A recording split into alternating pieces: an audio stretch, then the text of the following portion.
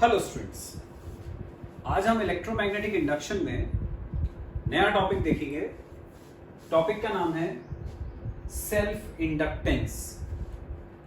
अभी तक अपन इस चैप्टर में पढ़ चुके हैं कि जब कभी किसी कॉइल में से जाने वाला फ्लक्स चेंज होता है तो उसमें ईएमएफ इंड्यूस होता है, जिसकी वजह से उस कॉइल के अंदर इंड्यूस्ड करंट फ्लो करता है। हमने फैराडे के लॉ पढ़े, जिसमें हमने पढ़ा कि जो इंड्यूस्ड करंट है वो तभी तक फ्लो करता है जब तक फ्लक्स में चेंज बना रहता है। फ्लक्स कंटिन्यूअसली बदलता रहेगा तो करंट फ्लो करता रहेगा। ठीक है, लेंजेस लॉ में अपन ने पढ़ा कि जो प्रोड्यूस्ड करंट होता है, इंड्यूस्ड करंट होता है, वो अपने प्रोडक्शन के कॉज का अपोज करता है। ठीक है, यहां तक अपन देख चुके हैं। अब हम देखते हैं सेल्फ इंडक्टेंस। बच्चों, अपन ने ये देखा है कि यदि मान लो कोई कॉइल है, जैसे यदि कोई सर्कुलर कॉइल है, उसमें अपन ने करंट पास करा। यदि करंट पास करोगे तो उसके अंदर मैग्नेटिक फील्ड बनती है। इसके सेंटर पे जो मैग्नेटिक फील्ड बनती है उसका फॉर्मूला अपन ने डिराइव करा था, तो याद हो तो मैग्नेटिक इफेक्ट ऑफ करंट वाले चैप्टर में इसका फॉर्मूला था mu naught upon 4 pi 2 pi I upon R. ये मैग्नेटिक फील्ड था at the centre of a circular loop. यदि मान लो एक स्ट्रेट वायर है, उसमें करंट जाता है आई, तो हमें पता है उसके आसपास मैग्नेटिक फील्ड बनती है। इससे आर डिस्टेंस पर यदि कोई पॉइंट है तो वहां पर मैग्नेटिक फील्ड का फॉर्मूला था mu naught upon 4 pi 2 I by R. इसमें 2 पाई आई आता है, स्ट्रेट वायर में 2 आई आता है। ठीक है, कहने का मतलब ये कि जितनी भी मैग्नेटिक फील्ड प्रोड्यूस होती है, भले ही वो at the centre of the circular loop हो या due to a straight current carrying wire हो, वो जो बी है वो किस पे, आई पे निर्भर करता है, आई पे डिपेंड करता है। जितना ज्यादा आई होगा, जितना ज्यादा करंट पास करोगे, उतनी स्ट्रॉन्ग मैग्नेटिक फील्ड बनेगी। अब अपन ने फ्लक्स का फॉर्मूला भी पढ़ा है। फ्लक्स इज इक्वल टू होता है एन बी ए कॉस थीटा। यहाँ बी फिर मैग्नेटिक फील्ड होती है। इससे क्या समझ में आ रहा है अपन को कि यदि एन ए और कॉस थीटा अपन ने कांस्टेंट रखे तो फ्लक्स डिपेंड करता है मैग्नेटिक फील्ड पे, बी पे। इसका मतलब क्या हुआ कि मैग्नेटिक फील्ड डिपेंड करती है करंट के ऊपर, फ्लक्स डिपेंड करता है मैग्नेटिक फील्ड के ऊपर। तो फाई बी पे डिपेंड करता है जबकि बी आई पे डिपेंड करता है। मतलब फाई और आई डिपेंडेंट हो गए एक दूसरे के ऊपर। क्या समझाया मैंने कि फाई डिपेंड करता है बी के ऊपर, जबकि बी यहां से दिख रहा है डिपेंड करता है आई के ऊपर। तो फाई और आई एक दूसरे के प्रोपोर्शनल होना चाहिए। तो फाई इज प्रोपोर्शनल टू आई, मतलब किसी कॉइल से जाने वाला फ्लक्स उसमें पास होने वाले करंट के ऊपर डिपेंड करता है, करंट के ऊपर प्रोपोर्शनल होता है। यहां तक आगे समझ में? तो ये जो सेल्फ इंडक्टेंस का डेरिवेशन है वो अपन यहीं से स्टार्ट करेंगे। ये जो ऊपर का पोर्शन है ये सिर्फ मैंने तुम्हें समझाने के लिए बताया। स्टार्ट ये टॉपिक यहां से होगा। Phi is proportional to I. Proportionality का साइन हटाएंगे तो कांस्टेंट आता है एल। ये जो एल है ये कांस्टेंट है, इसको हम बोलते हैं coefficient of self induction. Coefficient of self induction, या इसी का दूसरा नाम है सेल्फ इंडक्टेंस। ये एल हो गया। यहां से अपन एल का फॉर्मूला बनाए तो एल हो जाएगा 5 अपॉन आई। ये एल की वैल्यू आ गई। अब यहां से अपन को एल की डेफिनेशन निकालनी है। यदि अपन ने करंट को मान लिया 1 एम्पियर तो एल इक्वल टू 5 हो जाएगा। क्या समझ में आया इससे कि ये जो सेल्फ इंडक्टेंस है एल, वो किसके बराबर होता है, फ्लक्स के बराबर होता है। फ्लक्स के बराबर होता है, लेकिन किस कंडीशन में, जब करंट 1 एम्पियर। मतलब सेल्फ इंडक्टेंस किसी कॉइल का उस फ्लक्स के बराबर होता है जो कॉइल में से पास करता है when current passing through it is 1 ampere, जब उसमें से जाने वाला करंट 1 एम्पियर। ठीक है, तो ये सेल्फ इंडक्टेंस की डेफिनेशन होती है ना। तो अपन क्या कह सकते हैं कि self inductance self inductance is equal to the flux passing through the coil,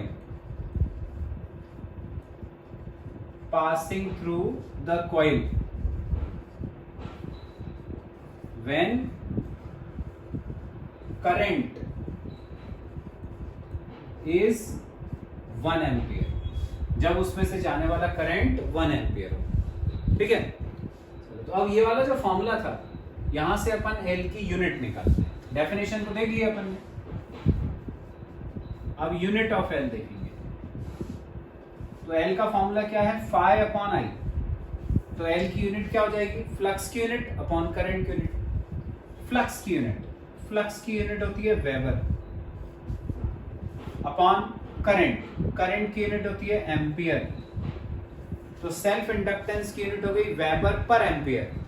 ये जो वेबर पर एम्पियर है, इसका एक अलग नाम होता है, इसको हम बोलते हैं हेनरी। कैपिटल एच से डिनोट करते हैं इसको। तो सेल्फ इंडक्टेंस की यूनिट होती है हेनरी। हेनरी से कुछ छोटी यूनिट्स हैं। एक मिली हेनरी में 10 टू द पावर -3 हेनरी होते हैं। एक माइक्रो हेनरी में 10 टू द पावर -6 हेनरी होते हैं। ये हेनरी से स्मॉलर यूनिट्स हैं सेल्फ इंडक्टेंस के लिए। आगे आता, अब बच्चों अपन ने फैराडे का लॉ पढ़ा था। फैराडे का लॉ था कि इंड्यूस्ड ईएमएफ ई होता है -d∅/dt। ये फैराडे के लॉ में हमने पढ़ा था। अभी अपन ने आज क्या पढ़ा, फाई की वैल्यू क्या होती है, Li। इसको हम फाई की जगह रख दें तो E क्या आ जाएगा, -d/dt। फाई की जगह रखा Li। ये L जो है ये कांस्टेंट होता है। ठीक है, कोफिशिएंट ऑफ सेल्फ इंडक्शन किसी कॉइल के लिए कांस्टेंट रहता है। इसको अपन ने बाहर निकाला, कांस्टेंट है इसलिए L बाहर, अंदर बचा di/dt। तो E की वैल्यू आ गई -L/di/dt। अब यदि अपन यहां से L का फॉर्मूला बनाएं तो L आ जाएगा -E/di/dt। माइनस को यहां लगाया, di/dt नीचे चला, L की वैल्यू आ गई। यदि अपन मान लें कि di/dt है 1 एम्पियर पर सेकेंड, मतलब इसको यदि अपन ने 1 मान लिया तो L इक्वल टू -E आ जाएगा। इसका मतलब क्या हुआ कि जो सेल्फ इंडक्टेंस है कॉइल का, वो इंड्यूस्ड ईएमएफ के बराबर होता है। माइनस जो है वो सिर्फ ये बताता है कि इंड्यूस्ड ईएमएफ अपने प्रोडक्शन के कॉज को अपोज करता है, लेंज़ेस लॉ में जो हमने पढ़ा था। तो यदि अपन सिर्फ न्यूमेरिकली लिखते हैं इस एक्सप्रेशन को, डायरेक्शन का ध्यान नहीं रखते हैं, तो हम कह सकते हैं कि L इक्वल टू E है, यदि अपन ने माइनस नहीं लिया तो यहां से अपन L की डेफिनेशन क्या कह सकते हैं कि कोफिशिएंट ऑफ सेल्फ इंडक्शन या सेल्फ इंडक्टेंस उस इंड्यूस्ड ईएमएफ के बराबर होता है जो कॉइल के अंदर प्रोड्यूस होता है जब उसमें जाने वाला करंट चेंज हो रहा हो। किस रेट से, at the rate of 1 ampere per second. ठीक है, इसका मतलब self inductance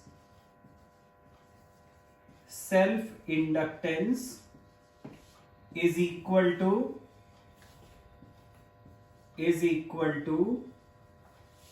the induced EMF is equal to the induced EMF when rate of change of current is 1 ampere per second. आगे समझ में? तो ये सेल्फ इंडक्टेंस L की दूसरी डेफिनेशन होगी। एक अपन ने φ/I से निकाली थी, एक हमने ये निकाल ली। दोनों किसी भी फॉर्मूले से तुम निकालो, दोनों केस में जो यूनिट है वो वही रहती है उसकी, हेनरी। उससे छोटी मिली हेनरी, उससे छोटी माइक्रो हेनरी। Got it? तो ये हो गया अपना सेल्फ इंडक्टेंस। तो बच्चों अपन ने सेल्फ इंडक्टेंस देख लिया। अब उसी से रिलेटेड अगला टॉपिक है self inductance of a long solenoid. एक लंबा सोलेनॉइड है, उसका सेल्फ इंडक्टेंस, उसके लिए एल की वैल्यू कितनी होती है वो अपन को पता करना है। सोलेनॉइड तुम जानते हो, ऐसा एक सिलेंड्रिकल फ्रेम जिसके ऊपर अपन ने वायर को लपेट दिया। ये सिलेंडर, उसके ऊपर अपन ने ऐसे ऐसे ऐसे ऐसे वायर को बांध दिया। ये जो पूरा बना, इसको हम बोलते हैं सोलेनॉइड। सपोज इसमें जाने वाला करंट आई है।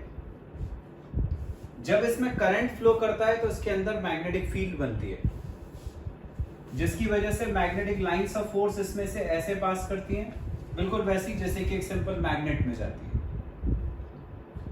इसके अंदर अपन ने कोई पॉइंट ले लिया, मान लो P। इसके अंदर जो टोटल नंबर ऑफ टर्न्स हैं वो N मान लिए, कुल जितनी बार वायर लपेटा हुआ है वो N। इसकी लेंथ N मान ली, लेंथ L ले ली। अब इसमें अपन निकालें number of turns per unit length, number of turns per unit length. Number of turns per unit length मतलब 1 सेंटीमीटर में कितने टर्न्स हैं, तो वो अपन कैसे निकाल सकते हैं? Total number of turns divided by L। मतलब ये कहने का मतलब यदि L सेंटीमीटर में n टर्न्स हैं तो 1 सेंटीमीटर में कितने होंगे? n/L। ये कहलाता है number of turns per unit length. इसको हम स्मॉल n से डिनोट करते हैं।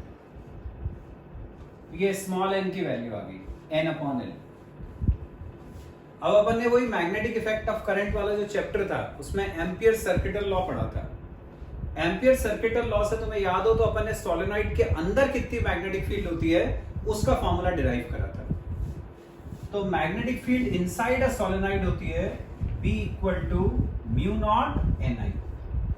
यहां पर n यही होता है, number of turns per unit length. ये हो गई magnetic field at a point inside a solenoid. तो अपन को इसके अंदर कितनी मैग्नेटिक फील्ड बन रही है वो तो पता चल गया।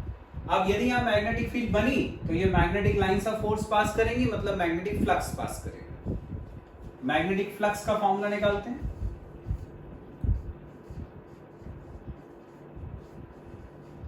मैग्नेटिक फ्लक्स होता है NBA cos थीटा। B वही मैग्नेटिक फील्ड। N का मतलब होता है टोटल नंबर ऑफ टर्न्स, इसके अंदर कुल जितने टर्न्स हैं वो। तो टोटल टर्न्स N की वैल्यू अपन यदि यहां से निकाल लें ये, तो N कितना हो जाएगा? N × L। इसको अपन ने यहां रखा, ये कैपिटल N की वैल्यू रखी, B की जगह B की वैल्यू रखी μ0 Ni, ये B की वैल्यू रखी। A एरिया है, इसको ऐसे ही रखा। थीटा देखना है क्या होता है यहां, तो थीटा का मतलब बताता हूं। यदि मान लो जैसे ये कोई कॉइल है, मान लो मैग्नेटिक फील्ड का डायरेक्शन ऐसा है, पहले बता चुका हूं। यदि अपन ने कॉइल के ऊपर परपेंडिकुलर बनाया नॉर्मल, उसका डायरेक्शन ऐसा है, तो इन दोनों के बीच का जो एंगल है ये होता है थीटा। मैग्नेटिक फील्ड और कॉइल के ऊपर बनाए गए नॉर्मल के बीच का एंगल होता है थीटा। अब यहां देखें, सोलेनॉइड ऐसा है, इसका जो ये एरिया होता है वो होता है ये एरिया ऑफ क्रॉस सेक्शन, ये एरिया ऑफ क्रॉस सेक्शन। यदि इस एरिया ऑफ क्रॉस सेक्शन के ऊपर अपन ने परपेंडिकुलर बनाया, 90 डिग्री बनाया, तो कैसा जाएगा? U। ये N का डायरेक्शन। मैग्नेटिक फील्ड कैसी जा रही है? वो भी ऐसी जा रही है, ये B का डायरेक्शन। तो तुम्हें दिख रहा है ना, B और N जो है वो दोनों एक ही डायरेक्शन में जा रहे हैं। एंगल तो कुछ बन नहीं रहा दोनों के बीच में, तो थीटा 0। तो ये जो cos थीटा था उसकी जगह पर आएगा cos 0, cos थीटा की जगह cos 0। तो अब देखें फ्लक्स कितना हो गया? μ0 N 2 बार आ गया, तो N² LA cos 0 1 हो गया, ये I, ये फ्लक्स की वैल्यू आ गई, mu naught N square L A I, ये फ्लक्स आ गया। बट अपन ने आज ही क्या पढ़ा, फाई इक्वल टू कितना होता है, एल आई। सेल्फ इंडक्टेंस के फॉर्म में फ्लक्स का फॉर्मूला ये होता है। दोनों ही फ्लक्स की वैल्यूज हैं, तो हम दोनों को आपस में इक्वल कर देते हैं। तो एल आई इक्वल टू आ गया mu naught N square A L I, ऐसा आ गया। आई से आई कट जाएगा तो कैपिटल एल की वैल्यू आ गई, कैपिटल एल आ गया mu naught N square A L, ये हो गया कैपिटल एल। कैपिटल एल मतलब सेल्फ इंडक्टेंस, ठीक है। तो किसी सोलेनॉइड का सेल्फ इंडक्टेंस इतना होता है। इसी को अपन चाहें तो कैपिटल एन के फॉर्म में लिख सकते हैं। कैपिटल एन के फॉर्म में यदि लिखना है तो ये जो स्मॉल एन था, हम उसकी जगह पर ये वाली वैल्यू रख देते हैं, एन अपॉन एल।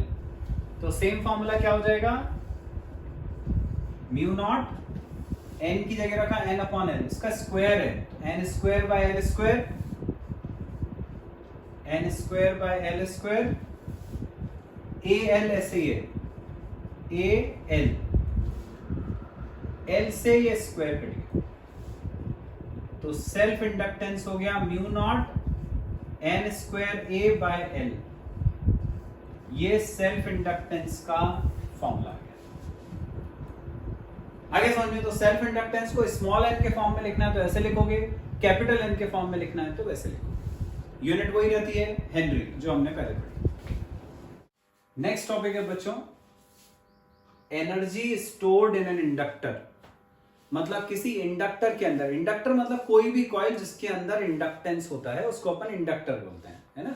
इंडक्टेंस होता है मतलब जिसके अंदर भी एल रहेगा, कैपिटल एल रहेगा, उसको अपन बोलते हैं inductor, because it possesses inductance, ठीक है। तो अपन को निकालना क्या है कि किसी इंडक्टर के अंदर जो एनर्जी है वो कितनी होती है, उसके अंदर जो स्टोर्ड एनर्जी उसकी वैल्यू कितनी होती है वो निकालना है। तो अपन ने फॉर्मूला पढ़ा था एक पोटेंशियल एंड कैपेसिटेंस वाले चैप्टर में, V equal to W by Q. यहां से यदि अपन ने W निकाला तो W हो जाएगा V इंटू क्यू। इसका मतलब क्या होता है कि यदि अपन ने चार्ज Q देने की कोशिश करी किसी कैपेसिटर को, किसी कंडक्टर को, तो उस प्रोसेस में जितना वर्क अपन ने करा वो होता है W। तो चार्ज Q देने में किया गया वर्क W होता है। मान लिया अपन ने कि चार्ज अपन ने dq दिया किसी इंडक्टर को, और उस प्रोसेस में जो वर्क किया वो मान लो dw है। दिया गया चार्ज है dq और उस प्रोसेस में किया गया स्मॉल अमाउंट ऑफ वर्क वो है dw। अब अपन ने पढ़ा था कि इंड्यूस्ड ईएमएफ जो है उसकी यूनिट याद करो तो क्या होती है, वोल्ट्स। यहां v क्या होता है, पोटेंशियल डिफरेंस, उसकी यूनिट क्या होती है, वो भी वोल्ट्स। इसका मतलब ईएमएफ जो है वो एक प्रकार का पोटेंशियल डिफरेंस ही होता है। तो ये जो V है उसकी जगह पर अपन यहां पर E लिख सकते हैं। तो हम इसी एक्सप्रेशन को ऐसे भी लिख सकते हैं, dw इक्वल टू आ गया E dq। V की जगह पर अपन ने E रख दिया क्योंकि दोनों एक ही चीज को रिप्रेजेंट करते हैं। बट फैराडे के लॉ से अपन ने E पढ़ा, E इक्वल टू होता है L di by dt। Minus मैं नहीं लिख रहा हूं तो मैं यहां लिख देता हूं न्यूमेरिकली। यदि अपन डायरेक्शन नहीं लेते हैं तो हम माइनस नहीं लिखते हैं। E आ गया L di बाई dt। ये E की वैल्यू E की जगह सब्स्टिट्यूट कर देता हूं, तो dw इक्वल टू E की जगह रखा L di बाई dt, ये E की जगह सब्स्टिट्यूट करा। ये वाला जो dq था इसको हमने ऐसे ही रहने दिया। अब अपन क्या करते हैं, ये dq बाई dt इसको साथ में लिख लेते हैं, di को पीछे कर देते हैं। तो dw इक्वल टू हो गया L,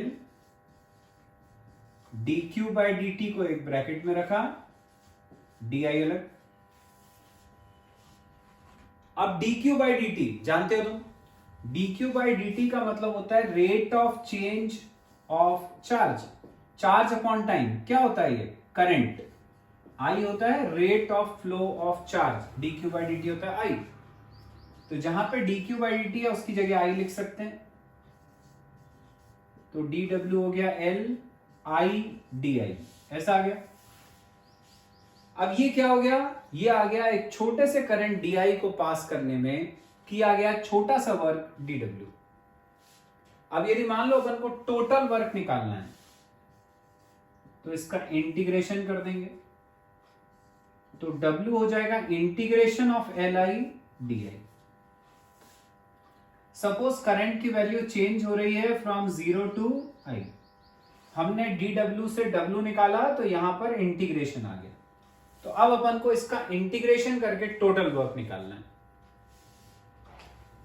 L कांस्टेंट है, उसको बाहर रखा, I की पावर कुछ नहीं है मतलब 1 है। इंटीग्रेशन का फॉर्मूला जानते हो तुम, मैथमेटिक्स में पढ़ा है, integration of x to the power n, ये होता है x to the power n+1 upon n+1। तो ये जो I की पावर 1 है उसका इंटीग्रेशन करेंगे तो I की पावर 1+1 2 अपॉन 2, लिमिट है 0 से I। अब लिमिट रखेंगे, लिमिट कैसे रखते हैं अपन? पहले अपर लिमिट रखते हैं माइनस, फिर लोअर लिमिट रखते हैं। तो ये L ऐसे ही रहा, अपर लिमिट रखी, I की जगह I रखा तो I² बाय 2, I की जगह 0 रखा तो 0, तो वर्क डन आ गया LI² बाय 2। ये जो वर्क डन आया LI² बाय 2 मतलब हाफ LI², इसी वर्क डन को अपन बोलते हैं इंडक्टर की एनर्जी।